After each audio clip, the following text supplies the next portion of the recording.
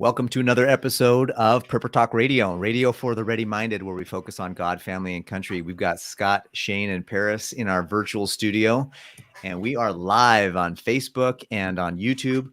And hopefully we'll get to go live on a few other platforms soon as the service we use upgrades and things of that nature. So we want to just welcome everybody to the show. Thank you all for being here. Please click the like button if you're watching, so that the algorithm, especially on YouTube, so the algorithm pushes this out to the rest of us, to the rest of the world, so we can get some more people on here to get better prepared and more self-reliant. We have just one quick reminder: go to our website at preppertalkradio.com and look at our resources that are available there to help you be better prepared. Join our mailing list so that we can be in communication with you whenever we start doing things or have other things that we're promoting.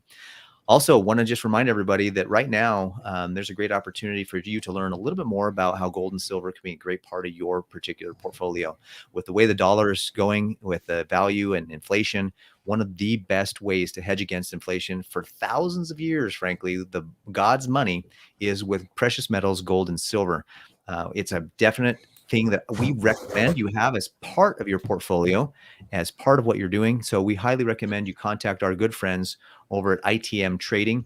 And if you have an IRA, or if you're looking to move some money out of an old 401k or something like that, they can actually facilitate that for you as well. I actually have a good friend of mine that unfortunately, she did it before we had our ITM Trading relationship, but she transferred her money from an old 401k into gold and silver with a different company. And she says that she's glad she did, because she's actually seen some positive returns on her account. So call 1-866-257-0481. That's 1-866-257-0481 for a free, that's right, free, my favorite four-letter F word, by the way, free consultation, and they'll go through that for you as well. So the other thing we want everybody to know about, with the way dollars and inflation are going, you've got to get your money and spend your money in places that will support your values and support America, support local distribution as well. And we highly recommend you go to patriotswitch.com/prepper talk to learn a little bit more about what we're doing and how we're switching our dollars to a place where we can actually have a little more control over what gets done and conservative values. So go to patriotswitch.com/prepper talk. I've actually had a lot of exciting conversations with the people that have gone there and filled out the form, and we've reached out and had great conversations. I thank you for listening. Thank you for being part of our audience and our community. And we're super excited to talk to you a little bit today about the power of simplification. Simplify or die trying is the topic here, but we have got to be more aware of the clutter in our life and the distractions. And I think this episode is going to help talk a little bit more about that. So we welcome all your comments. Yeah, Speaking of which, can you guys hear me? Yeah, you're good. Is it good? Okay. I switched mics. I was trying to simplify. Get everything into one system, and I did it. And I wanted to make sure it was working so that I didn't have to do technical support later. But like that. The whole topic for today, I really wanted to focus on this because everybody's overcomplicating it and are overcomplicating life, right? For the last 6 months, I've been trying to cut cable, and my family finally said, okay, fine, we're okay, let's do it. And I'm like, because you could stream everything else. Why spend an extra 100, 150, 200 bucks on cable that you don't need to be doing? Well, our provider finally admitted that you can take it off. And I've been fighting with them since January. And so I got that disconnected. I'm like, all right, one more thing off. Like, we can simplify. We don't have to have all this other stuff, like turning off all these unnecessary monthly subscriptions to weird crap that doesn't serve your purpose, right? Wasting your time on things that don't serve your purpose. A lot of us just spend our evenings chasing the dopamine, right? And by that, I mean, are you sitting in bed with your significant other and just sending reels back and forth and laughing, but not actually talking to each other? Sometimes. My best friends across the street, my favorite neighbors across the street, they do that every night for 2 hours in bed. I'm like, why? That's so funny. But we're overcomplicating life. Like, you could get a higher, then they're always complaining that they're tired. You know what's super funny about that is I have at my church, I teach the young men in our church, the 14 and 15-year-olds. So I went to a training meeting, and we talked about technology at church and like, what should we let the kids have technology in our classes and as we go about our teachings.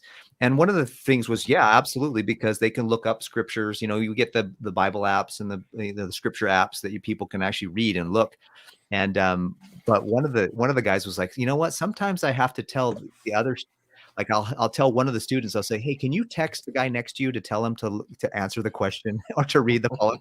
Like he literally has one student in the class text the other student in the class because that's the only way that that student paid attention at that moment. Or that was a funny thing that he mentioned. So it's like literally like, dude, what in the heck is that? That's so funny. Yeah. Well, there's definitely something to be said about having a book, actual printed scripture in front of you rather than a screen, right? Mm-hmm. You know, there's a guy I listen to, he calls this your magic mirror, right? Magic mirror on the wall, who's the fairest of them all? And so there's definitely something evil about that, yet it is so fantastic in many ways. So to simplify, does actually throwing this out, does that simplify? Or is it just more minimalism? Which in my opinion, minimalism and simplification aren't necessarily the same thing. They can be, but yeah, they're not. As a prepper, it's hard to be a minimalist, man. It is hard. Yeah, I get it. That makes sense. In my life recently, I've just been thinking about, I don't know if you've seen those reels that go, I mean, here I am talking about wasting time on reels and Instagram. I see you sharing stuff with me sometimes, Paris. Sending me a reel late at night. And yeah. But there's these guilty.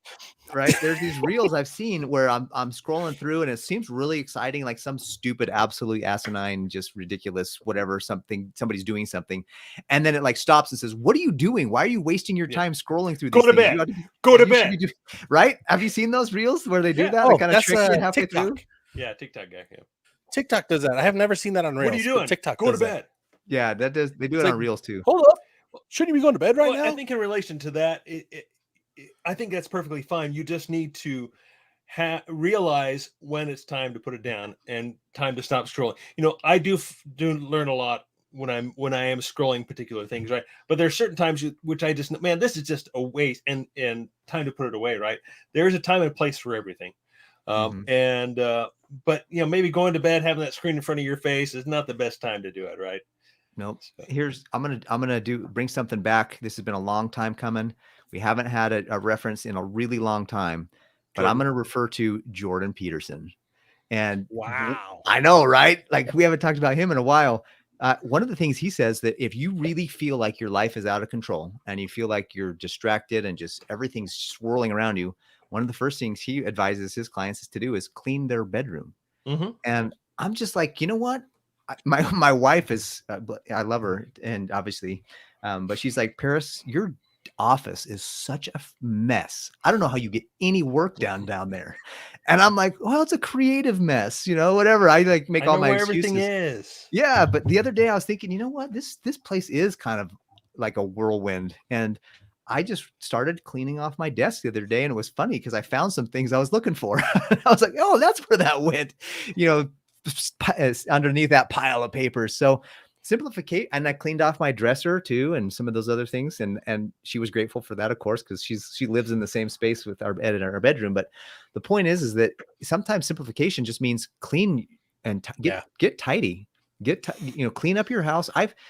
I see, you know, I don't go into a lot of houses like I used to when in my business, but I used to go into houses and I was like, how in the world can anybody live in this? I'm so grateful for my spouse, my wife. She's very tidy and she likes to keep things tidy. And our family grew up, like she trained me and we kind of grew up that way.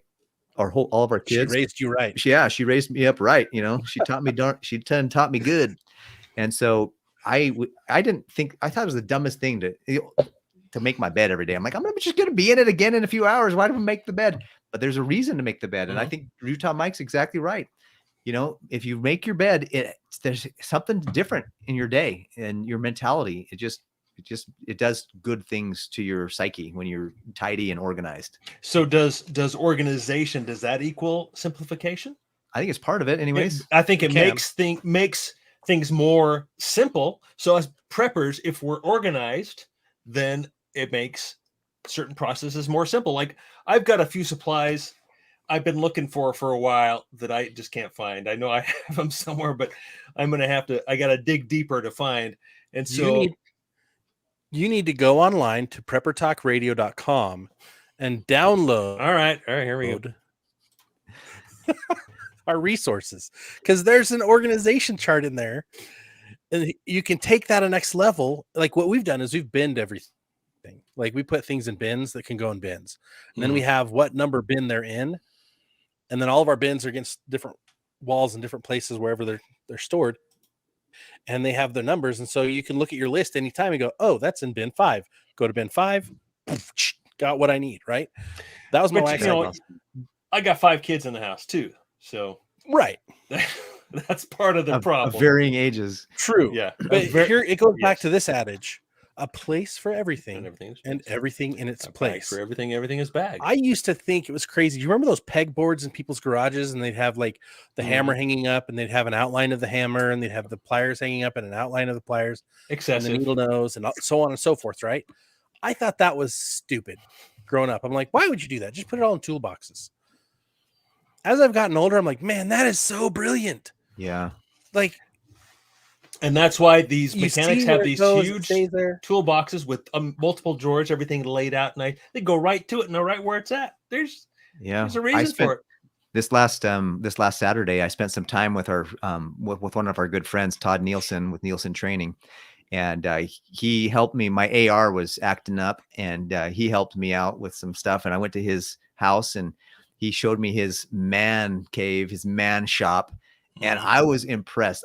He knew where everything was, and everything was organized. There was some stuff that it was overflowing, but I was really impressed with some of the walls that he had. Like he had the tools hanging up. He had those little boards with the holes, and it was all organized. And I was like, bro, I'm so impressed with your whole organized program here. And he's like, he's I know former military, right? Well, yeah. He was a high-level operator for the San Jose Police Department, I think. And it's going to do the same thing. He's trained a lot of those military guys. So he's definitely in that mindset. So one of the nice things about going one of those routes, like my good friend at church over here, he was Murray City SWAT for years. I mean, he former Marine. The dude is like all about bushcrafting. And what's funny is he's also all about every different type of firearm. And he's like, I've got all the tools separated based on what they work with. He's like, I learned that partly in the Marines, but mostly in the police department. He's like, you go into the police department, and the tools where he works, the tools for certain types of guns are over here. The tools for other types of guns are over here. And if they see you move one of the tools to the other side of the room, they yell at you. Dang. Like they don't joke around. And so he's the same. And he's like, I bark at my kids all the time. What are you doing with that tool? That tool doesn't go over there. There's a different one for that. It's right there in front of you. Why are you doing? And I'm like, maybe that might be a little OCD or a little controlling, but I'm like, it also makes sense, because then if I'm at this station and this station's good for my ARs, all my AR tools are here. I don't have to go hunting for them. And if I'm over here and I'm working on my M&P, my handgun, right? All my handgun tools are right here. I don't have to hunting for them. And so then one person can be working on AR, and another person can be working on something else at the same time in different places, and they're not having to borrow tools back and forth. Or like at a shop. You go to an auto shop. How many tools are shared at an auto shop? I don't know. None of them. Probably not. Mine. Yeah, no, that's you have all your own tools. Got their own tools. Yeah. And if someone touches your tools, watch out. War. Mm-hmm. What are you doing? I'm still paying that off. What are you doing? Don't touch my tools. Well, I need to borrow. No. Mm-hmm. Yeah, absolutely. There's, and simplification, staying organized. Those are some of the I think the biggest, most overlooked traits to prepping. Everyone's like, get. I need to grab and gather and gather and gather and gather, and they're not thinking. Now that I have it, where is it? Mm-hmm. And that's why I think a lot of people start thinking preppers are hoarders, because they've got all this stuff and they don't have it organized. Mm-hmm. Well, truth is, it's somewhat organized. In some households, it's extremely organized. My wife is hyper organized, and I'm semi-organized. So we're kind of in the between of those, right? I think another thing that's really important about simplifying, especially as a prepper, is that when you know that you have enough food or enough gear, or when you know that you've got a great garden moving in the right direction, your anxiety goes down a lot. And that simplification of knowing that you're going to be okay. One of the big things in life is that we have this constant fear that the sky is falling, or that, you know, I went to my brother-in-law got his 2-year sobriety in his AA meeting on Monday night. And I went to support him. My wife and I went. And there was a guy that was there, and he's like, you know, one of the things that's so cool about being sober is that you don't have a lot of fear and anxiety about what, you know, you're not scared that something's going to happen. He says, although I do honestly have to wake up some days when I'm like, what in the heck is today going to bring? You know, so I mean, that's, all of us have that, right? But if you simplify your life and you live your life in a way where you're not have to worry about the police, you're worried about addictions, or worried about, you know, you're going to lose your job because you're sneaking money off of out of the till at work. You know, if you're living a good life, a righteous life, there's still going to be problems. You're not going to get away from everything, but it's so much easier. I love listening to people who are recovering from those serious addictions, because they have such a humility and such a respect and gratitude about life. And as I listened to some of those guys talk in the AA meeting, I was like, you know what? I'm super grateful that I never had that. But at the same time, I learned a lot. I was really edified by the fact that, you know, these guys are humble, and I should probably be humble too. And that's something that I think simplification can be as well, is that you don't have to have everything. You don't have to have all the stuff. Just take a deep breath and live a modest lifestyle in a modest way, and then live within your means. Don't have a ton of debt, and then grow your means, but constantly stay within your resources, and you won't have to worry or stress or feel like you're going to be taken out at any moment by somebody. And that's where I think it's important. That's another very important thing about simplification, is that simplify your finances, simplify your walk with God, simplify your what's going on in your life. Like those are some of the things that I really think about. And as an example, I love to read. And one of the things that I could do is I could go buy every book out there and read every book, every other book. But I also realized that some of these books, I'll read them once and then I'll forget half this, like 90% of what was in it. And so part of my simplification process is there's a couple of books I'm going to read over and over and over again until I get good at it, and then maybe move to another book. And so just some weird little nuances that I do that I like to keep my life a little more simple. Yeah, you know, I was thinking about this. I'm like, okay, how do I decide what is simplicity for me? How do I determine what simplicity is? And what it brought me to think about is how do I avoid what complicates complexity? How do I avoid things that are complex? Like you said, debt increases fragility. It increases complication. So complexity is fragility. A simple example is you look at, say, a nice carbureted vehicle, which you talk about all the time, and I want to get a nice carbureted vehicle other than my motorcycle, right? Yeah. Very simple to fix, very robust. These are the words I like to use to figure out what is simplicity to me. So something as complex as fragile. I mean, look at all the automobiles nowadays. They're so complex. They have all the bells and whistles, which are niceties, which are obviously fantastic, but they are complex and they are fragile. And when things fail, they fail big time. So same with, like you say, Paris, with debt, with reliance on others, putting relying on the government, relying on other people in general it's not something you can control. It is something that is out of your hands. So we talk about self-reliance all the time. That, I think, creates simplicity and reduces the complexity. My wife and I, well, just real quick, 2 stories. One, my dad was telling me the other day, is when he came to visit, that he had to pass the smog test or something for his car. And it was a simple thing, but nothing was wrong, but there was some issue with an electrical relay to get in to tell the computer that everything was okay. And that was broken. He says to be able to pass the smog, which was like $50 or $60, whatever it is, right? He had to pay $2,000 because it was so complex. The system, there was like a way, there was something that backed up that to tell that would tell the next, the diagnosis. And so he's like, it's like ridiculous that we have to put all this money in to be able to pass smog when smog and climate change is a lie anyways. oh my goodness. And they don't require us to have safety here in Utah, which is ridiculous. If anything, get rid of the emissions and keep the safety. I think it's a little more critical than just like you say, the smog emissions. Yeah, I forgot the other story after actually my brain. Yeah, I interrupted. No, it's fine.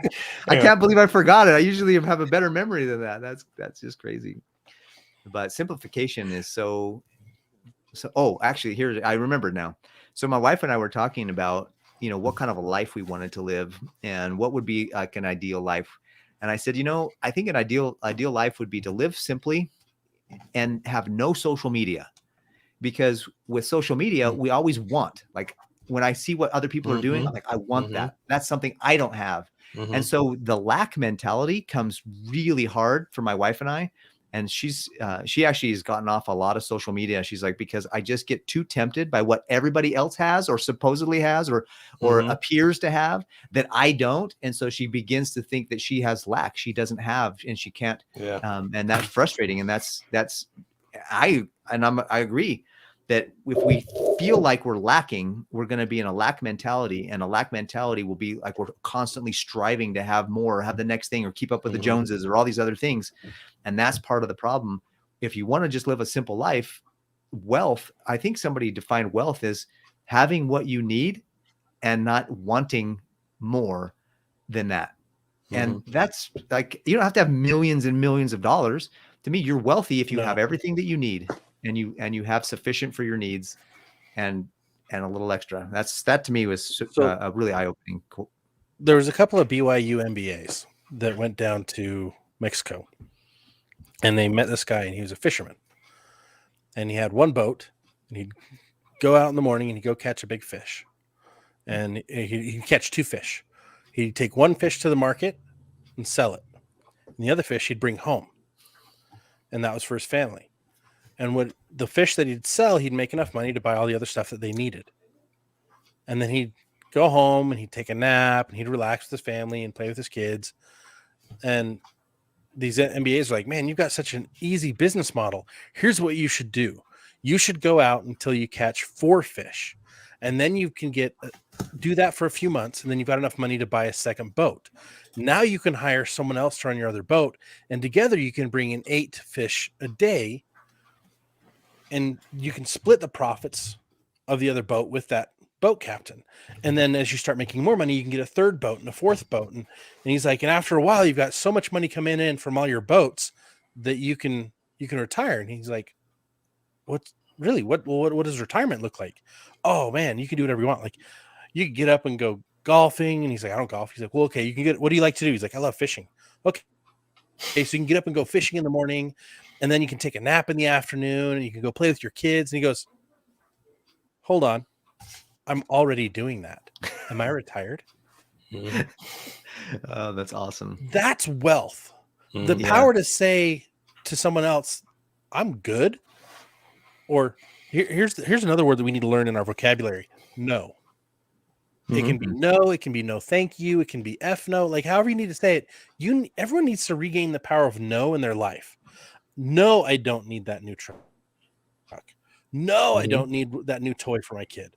No, I don't need. No. Like it's okay to say no because that gives you freedom. Because all those things own you. You think you own stuff, it owns you. Because if you don't take care of it, it gets ruined, and you think, oh, I have to buy a new one. Or maybe there's a tax involved with it or some fee that goes along with it ongoing. Like the worst example is a boat. You buy a boat, and I'm not talking like a boat to go fishing and make money, right? If you buy a boat that's not a business tool, a recreational boat is basically standing over the toilet and dropping hundreds in. That's what it's like to own a boat. If you can successfully do that for a week, you can afford to buy a boat. But that boats own you. Everyone I talk to, they're like, oh, I got to find a place to store my boat for the winter. What? Well, I don't know where to put it for the winter. I can't leave it in my yard. The HOA won't allow it. And I'm like, my goodness, that's a lot of expenses. You buy a job. Right? Yeah. And you do become the slave to your possessions. However, as preppers, we like stuff. We need stuff. And I think it really depends on the focus, what the stuff is. Does it allow you to Do you have the right tools to build some furniture, to support yourself, right? To increase your preparedness, right? So for me, there's a clash that way, right? Because honestly, I have a lot of stuff. Most of the stuff I have sits and doesn't do much of anything. It's there for when I need it. But when I need it, man, do I need it? It's not about, I've heard this the other day, and it really stood out to me. It's, why do you carry a gun, right? Why do you carry a gun? That your chances of being attacked or that someone, shoots you in what I do is extremely low. But it's not about chances. It's about consequences. What are the consequences if I don't have my firearm with me? The chances are extremely low. Great. I feel that makes me feel great. But what are the consequences? I think kind of the same thing with stuff, with the gear that we have. What is the chances I'm going to need it? Yeah. What are the chances I'm going to need this? Zero. It's insurance against that 3% or that 5% chance that you might need it. And if I have the opportunity and I need it, okay, I'll buy that tool and I'll set it aside. But again, the opportunity lost from not having that tool and the issues it creates some complexity. For me, having a particular tool creates some simplicity. So there's a bit of a debate we can talk about. And if you're on the podcast right now listening and you listened to our last episode, you'll know that there will be an increasing need for potential for firearms and self-preservation techniques. It was funny when my mom and dad came to visit from California a couple weeks ago, and we went out and did some stuff, and I carried with me the whole time. And my mom was like, "Is Utah really that dangerous? Is it really that dangerous that you need to have a gun wherever you?" I'm like, "No, first of all, I carry, because I can, like legally, like constitutionally, like that's my new number one. Number two, I need to have the practice in case anything you never know, some wackadoo." It's funny too. Like whenever I go shopping at Walmart, I for sure make sure I'm carrying. And they're like, because you see most of the crazies, most of these videos are the crazies are in Walmart doing stuff. Oh man, and that's important to have. Simplicity is also being able to protect and preside and provide for your family. I mean, how many people lose their jobs and they don't have anything for savings? They don't have anything for food storage. That's a very complicated situation. Like that person's in a bad spot. How many times have you said, one of the other funny things too is like, so are you single or in a relationship? It's complicated. Well, what? Like, it doesn't have to be complicated. Like you're in a relationship or you're not. Like, simplify your life, people. Stop getting into here's the thing. Stop getting yourself into situations where you might have to reply with, it's complicated. Nope, I'm doing that. I agree. I'm now taking that as a challenge. And here's why I'm saying that. In the next 6 months, I'm going to buying some land and I'm moving to the land. And that land, I'm not going to be fully a prepper anymore, and I'm not going to be fully a homesteader. So when people ask, "What are you doing?" It's complicated. I can say it's complicated. Well, I don't know. It's complicated, right? But see, funny, again, that's another thing we could argue. But also I think about how complicated things can be if you're not prepared, right? True. Imagine if when it hits the fan. I'm not going to say if, when it hits the fan, and you're not prepared. That's going to be pretty darn complicated, right? Yeah. So it is much more simple for me to have what I need and not have to go to the store when there's some chaos, when there's looting, which is happening all over the place, to have those things already. But I don't want to go into debt for it, right? That adds complication. Yeah. When you buy, like Parrish, you're a financial guy. When you buy stocks and you're playing the market, you're doing your thing, which I don't do, and you go get leverage. You leverage it. You get I forget the terms, but you're adding complication. You buy stock on margin, and you get margin. That's the word I'm looking for. You buy it on margin. You're complicating things. Okay, yeah, you might just make a lot of money and make increased return because of that, but those are just the things I'm not willing to gamble with. It's I love the conversation going on in our chat, guys. If you're not with us every week on the live, you're missing out, because right now there's a conversation about Mike bought a chainsaw and he hasn't used it on his own property in 18 years because he's always using it to help somebody else out. And Whited Outdoors is like, "You think that's bad?" He's like, "Buy a car trailer." Always helping people, picking Always up helping other cars. people. Like, Oh yeah. my enclosed trailer that I bought 6 years ago is used by other people equally or more than me, probably more than me. And that's okay. I bought it because I needed a tax write-off for my business. Yep. And that's where it started. And guess what? It has saved me time and time again, and it's helped other people out. So I've simplified by not having to go out and rent every time I need to use a trailer. But in the long run, I've saved a ton of money. And it makes it simple for other people to rely on you, Scott, as well. Yeah. Which is and funny. That brings me to the other point of simplification is like, do you need to have every one of the tools and every craft and know how to do everything on your own? And I'll argue, no, you don't. Yeah, no, yeah, you're right. Right? Just like I don't need to be a surgeon. I don't need to be the first aid guy in my group. I've got a couple of those. Right? I don't need to be that guy. So I can focus on the things that I'm already good at, which is shelter, which, I can do water filtration, water purification all day long. I can do a ton of different things. I'm Mr. Handyman for my group. I can fix just about anything. But the problem is as I'm moving to a new location, I'm going to have to find new guys to do things. Yep. And make new friends. And guess what? That's amazing because now I get to add people to my group. Right. So wherever you are in your life and whatever you're doing in your preps, like, remember, you don't have to do it all, but get good at what you're good at and then insure against have the contingency plan figured out so that you've got a little bit in those other areas that you can do the bare minimum. Like I want to get into blacksmithing really bad. And this is going to be something that I'm going to get to do in our new house is I'm going to have a shop. And I'm like, hey, I could blacksmith in the shop. Sweet. That's I can awesome. finally do. That's on my bucket list. Right. And I'll get to do my alpacas. It's on my bucket list. And I'll get to have my chickens. That's on my bucket list. Right. But the bad thing is I'm going to be away from all the people that I know and love. But I'm feeling prompted that that's where I need to be. And so we won't be separated for very long. But you got to find people that can do the other things in your group so that you don't have to do it all. Because if something happens to you and you're the only one that can do it all, the people who depend on you are screwed. Exactly. And the word that comes to mind, Scott, when you talk about all that is focus, right? Yeah. Specializing in something. And like you, Scott, I've kind of always been the handyman of the family. Oh, I'll call Shane. He has a tool or he knows how to help. And I'm more than happy to help. I'd love it. That's what I live for. Right.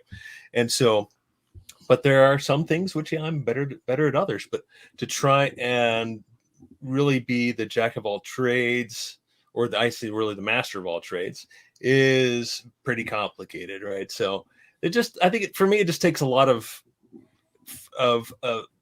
self reflecting, whatever you call it, looking in on myself and figuring out, okay, there have been at times where, my dad taught us to golf. My dad taught us to ski. He taught us all these things.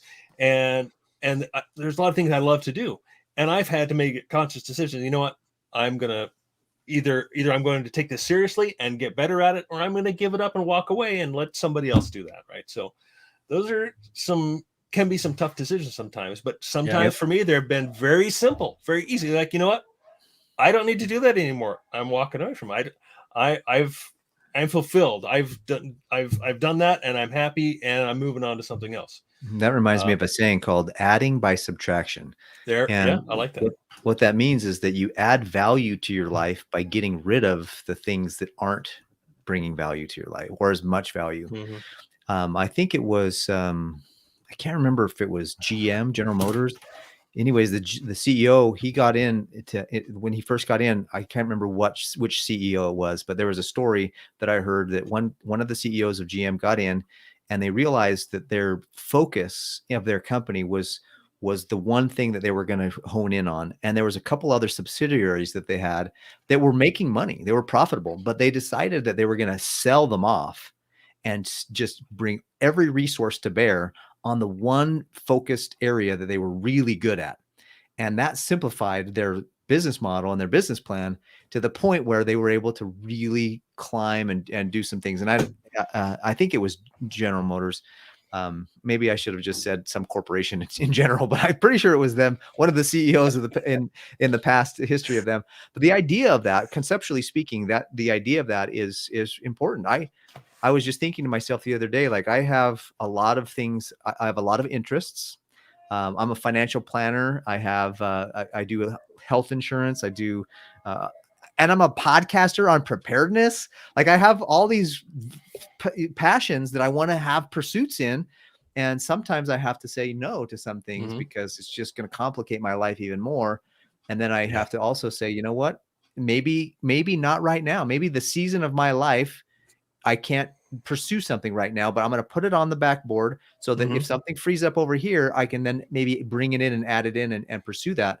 But I don't feel like I'm, shortchanging myself because I'm trying to enjoy everything I can right now and move forward. And sometimes simplifying by getting rid of things and taking things away from your life and saying no to some things, which I've started to really think about. I've consolidated, and that's another way to simplify, is to consolidate some things into one of the things that we're really, and get organized. Organization and consolidation to me have been some really big things. And while I've got the mic, let me really quickly just throw a shout out to our great guys over at survivalfrog.com. If you go to survivalfrog.com and check out their meat, their canned meat, if you want to have a great source of protein in your food storage, these are the guys that have a fantastic product. Are they the only one out there? No, but I promise you, Survival Frog has got a fantastic product for their canned meat. They have chicken, they have beef, and they have ground beef, and then they have, like, I think it's pulled pork kind of beef.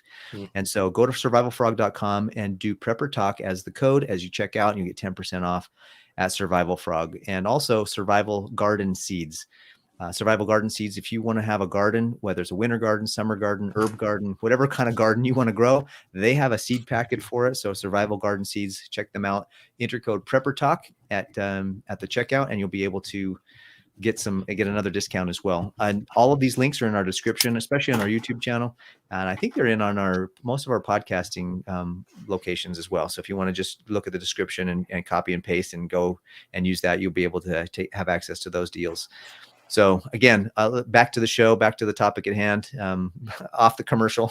Let's simplify, consolidate. For me, consolidating and organizing has been a great thing that I need to start working on and doing. Well, and also simplifying for those that are brand new prepping, like simplifying what they're going after. Simplifying what you like, prioritizing what you need most right now, simplifying your plan. I see a lot of guys that will go all out on one area of prep and they'll miss a lot of the other ones because they're like, well, I haven't gotten all my redundancies yet for this area.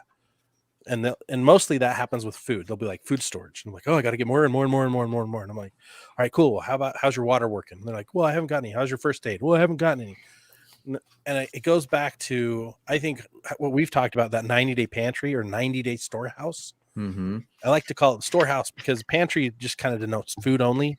But storehouse also kind of makes me think of like a grocery store or any type of store. Like I've got deodorants and cleaners and soaps, and I've got, my food storage, and I've got my water storage, and I've got my bullets and my Band-Aids, and I've got a little bit of everything to last 90 days, right?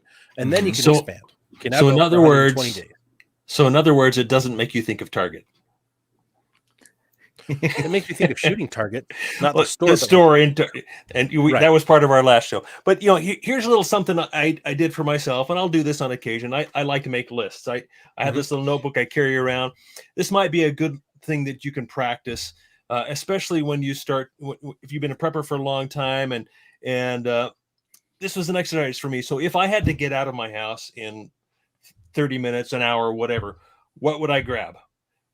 What is to make it simple and easy for me to just do this quickly, and then have those items set aside so I can get to them quickly, whether they're in a bag or a tote or whatever, so that I can make a quick exit and make it very simple and gather those things together. And do the same thing for your kids or other members in your house. Make a list of 20 items or so.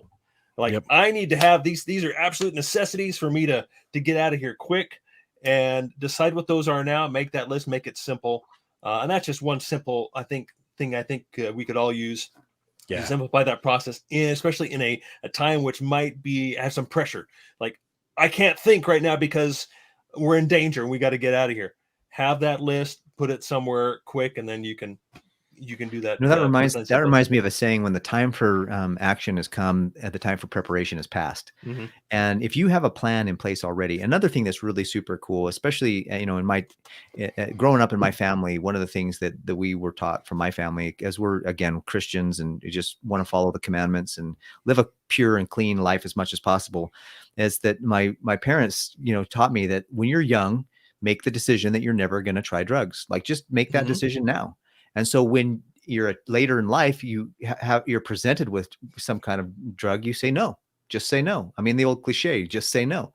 Mm-hmm. But there's some power in that kind of a philosophy of making the decision now for the scenarios that you might end up in the future. If you don't know what you would take if you only had an hour, your life's complicated when you only have an hour and you didn't plan for that. If you don't know what it's going to take, if you don't plan for losing your job, when you lose your job, by the way, not if, but when you lose your job, you're going to be complicated. If you haven't planned ahead for some of these things, and if you don't have contingencies, when those things happen, you're going to have a complicated life. So to me, planning ahead, and we're not going to be able, that's the funny thing about, what that reminds me of the other saying, when man makes plan, God smiles and laughs or whatever. But we can make as many plans as we possibly can think of, and many scenarios as we can possibly think of.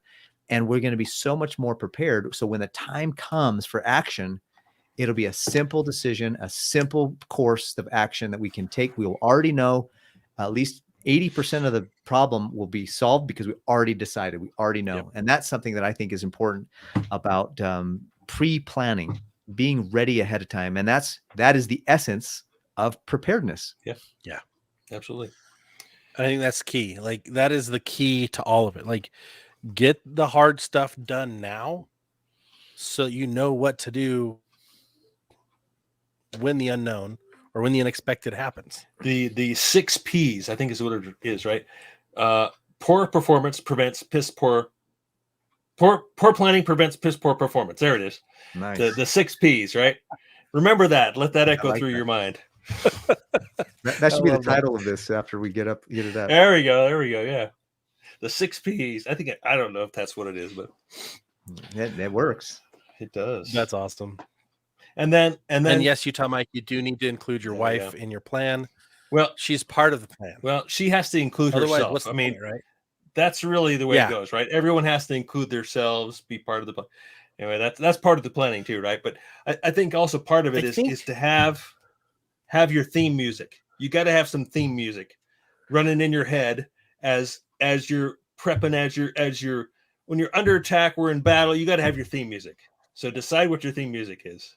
I've already got my theme music, and it's going all the time. What is it? It's the final countdown.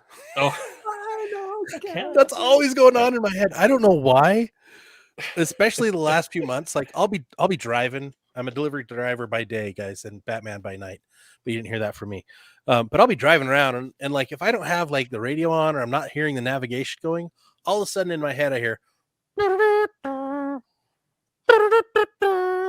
and I just start going, and I'm like, it's the final countdown. I'm like, yeah, we're running out of time. You know what song gets me energized? Uprising by Muse. Really? You know that song? Nice. You know that one? I haven't heard it in a long time. You need to look it up. Play it. That one gets me going. Tomorrow. I tell you. I can sing it for you, but I don't think I will at the moment. But yeah. Well, just to quickly add to Utah Mike's thing, like, hopefully your wife is more like Sarah, Abraham's wife, than Lot's wife. Yes, because Lot's wife, didn't really follow the plan and look back longingly, right? Well, and that's really the key is, I want to get out of here, and I'm excited to get out of here. But is your family as excited? Yeah. But also remember, like, we need, as preppers, we need to be stockpiling salt. So if we need to have that be, she turned to a pillar of reminder. Hey, You just scoop throw it the up, bag take it behind with you. you, right? Hopefully you snag some of it and you keep going. Yeah. Right. But I think we need to do a topic again about like how to help people get into prepping, get excited about prepping. But I think we need to be more stealthy about, hey, they don't know this is prepping, but it's a prepping activity. Mhm. Like, hey, it's date night. What are we going to go do? Oh, we're going to go throw prepping. axes. Why are we throwing axes? I don't know, because it sounds fun. And oh, by the way, here's how to sharpen an axe, and here's how, like, teach them some skills. Yeah, no, that's awesome. That's actually a good idea. I've been wanting to go to one. My son went to one of those axe throwing places, and he had a blast. And I'm like, you know what? Maybe I'll go. That'd be super Yeah. fun. Shane and I, we threw axes at the last PrepperCon that I didn't own at the time, and it was a pretty piss poor event. But Shane just destroyed me. Yes, I did. With his axe throwing skills. He's like, I've never thrown one of these before. It's kind of a dumb thing to do, but I'm good at it. And I'm like, I agree. It's a stupid thing to do, but it's fun. It's socializing. It's part of what we talked about in the last episode about getting energy, moving around, getting fit and fiddle, But like also like you could do first aid classes, you could do cooking classes, you like all these things you could do as dates, right? Or forced family fun time. Hey guys, for forced family fun time this Saturday, we're going on a hike. Triple F. I love forced family fun time. Yeah. Get them involved, get them prepping, and they don't even know it. That's fantastic. Forced family fun time, dude. That's awesome. Oh man, I think in prepping, the biggest, a lot of folks who aren't preppers quite yet, or they haven't found their inner prepper.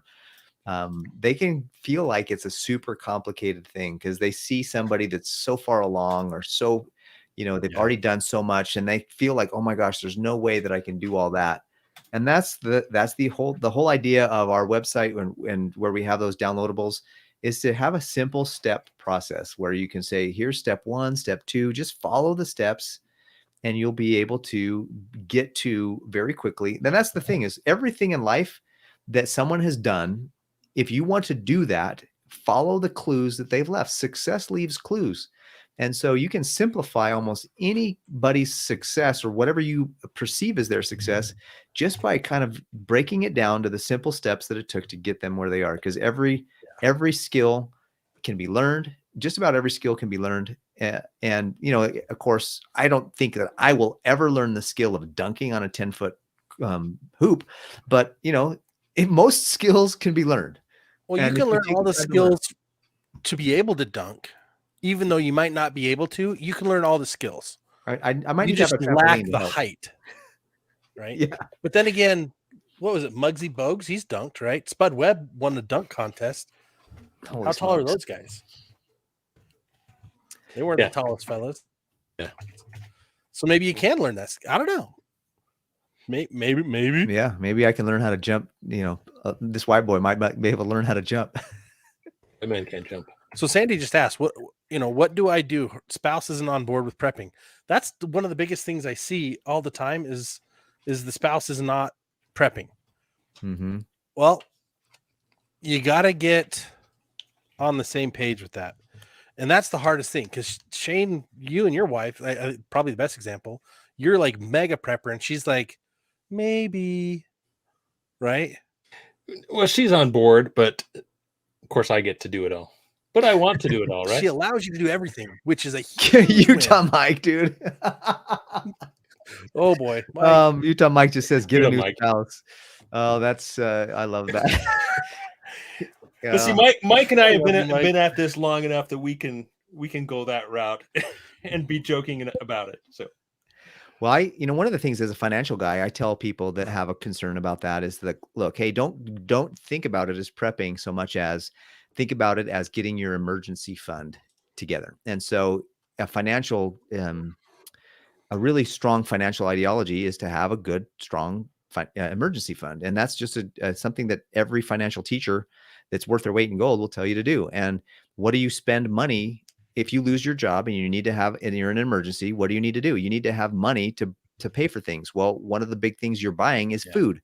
So rather than pay for the food, at the time, why not start stockpiling some food as part of your emergency fund so that when you do lose your job or something bad happens, you already have the food ready to go. And even more to the financial side of things, it's at today's prices. because we all know that tomorrow that can of whatever or that bag of whatever is going to be more expensive than it is today. I mean, Big time. and by a lot potentially. So if I can share my experience, we went 4 years basically living off savings. 4 years of really just crappy employment situation. But we lived off our preps for 4 freaking years. A little can go a long way. And you can use that example to help get people more on board to understanding the practicality of why prepping is important. Focusing on the doomsday stuff will get them turned off. Focusing on like their immediate practicality, their immediate need to do this, that's where the win is. And what's funny is like the best preppers are the new moms. You look at that baby bag, that diaper bag, dude, they got crap for days in there. I'm leaving for an hour. And they're hauling out to the car like 20 pounds worth of baby gear. And keep in mind, their clothes are like this tall and weigh 3 ounces. So that's all food and water and all the other stuff that they might need, right? So think of it in the practicality sense and start getting creative with what they like and want in their normal day-to-day and show them how you can improve all the disaster scenarios that could arise, like reduce those by just having a little bit of prep around. Mm-hmm. I think that's your best bet. Yeah, and I think, kind of going back to the title, this was titled "Just Simplify or Die Trying." It's for me, it's been a lifelong process, and I don't know that I'll ever get to where I'm happy with simplifying my life. I mean, I that's my goal. That's where I hope to be. Living off grid and as simple as possible. But I will die trying, and I'll go forward. I'll put my life on the line trying to continue to do this. I think I love it. That's what I want. That's one of the crazy things I learned as well in this. And I agree with Safe Prep that the first 20% of prepping will get you 80%. A lot of stuff is true. As I started to gather up all my gear and get all the stuff, and I followed all the channels, and I was like, okay, I'm going to do all this stuff, and I'm going to really try to learn. And then I realized I don't need half the stuff I ended up getting, or I got too many redundancies. And so now I'm like my grab and go bag, I'm thinking to myself, it's way too heavy, and I love what I've learned over the years is how to simplify down. And one of the great things was, having compartmentalizing, again, organizing your kits, organizing your grab and go bags into modular stuff. And that's brings it back down to simplification, is just being organized, pre-plan as much as you can, and be prepared. Being prepared means that you're ready before things happen. So we can't predict the future. So we have to just kind of, with good, strong education and good, really thoughtfulness, try to think about what could happen. And then we move forward that way, and we can stay simple. Well, we can't stop without touching on this comment. How many zombie killing spears is too many zombie killing spears? Really what you need is access to trees and a really good bushcraft knife with the ability to know how to sharpen it and fix that blade, because you can make a lot of spears with a good knife. And then you have an unlimited amount of zombie killing spears. Right? Yeah. If you get a good fence and you electrify that fence, you don't need to worry about it. And the good thing about a spear is that you can keep them at arm's fry those suckers. You just got to make sure the spear is long enough so that they can't, when you stab them, they can't reach you. What's even better? Contact with any fluids. So zombies are easily killed once, or are inert once their head's off, right? Or their brain is destroyed. Apparently. So just get a whole bunch of wire nooses all over the field. Put twinkle lights on them so that the normal people will see them and not get hurt, but the zombies will just be like, done. All right, that's enough of that. Thanks everybody for tuning in today. Nice. So you brought it up, Scott, so you got to finish it there. So there we go. Yeah. All right, ladies and gentlemen, boys and girls, thanks for tuning in this week to Prepper Talk Radio. This has been one of our live episodes. If you're not in our weekly lives, you need to get on over there, join us on our Facebook group, join us in our YouTube channel. Emergency Prep and Self-Reliance is that Facebook group. But guys, get involved with us. Send us your content requests, and we'll make sure we make those into future topics. And we've got stuff going on every day in that group. So you might learn a thing or 2 or 20 by just getting a little bit involved with us. Thanks for being here, and thanks for participating in this week's live. next week. Take care, guys.